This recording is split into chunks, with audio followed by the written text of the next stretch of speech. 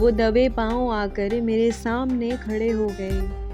मुझ में हिम्मत नहीं थी उनसे नज़रें मिलाने की, क्योंकि जब नज़रें मिली थीं तो परवाह नहीं की थी मैंने इस दुनिया और ज़माने की, कि वो दबे पाँव आकर मेरे सामने खड़े हो गए।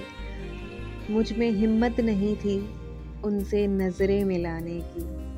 सब कुछ जानते हुए भी उनके झूठे बहानों को बड़े शौक से सुना मैंने, क्योंकि कोई हद ही नहीं थी उनके बहानों की।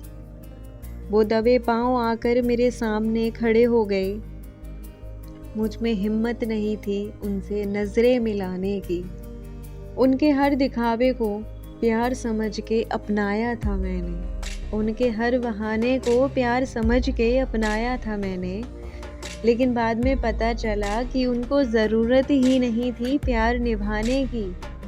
वो दबे पाँव आकर मेरे सामने खड़े हो गए और मुझ में हिम्मत नहीं थी उनसे नज़रें मिलाने की। लेकिन जिस कदर मिली मेरी नज़रें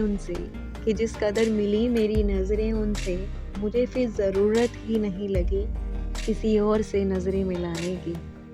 कि वो दबे पाँव आकर मेरे सामने खड़े हो गए और मुझ में हिम्मत नहीं थी उनसे नज़रें मिलाने की।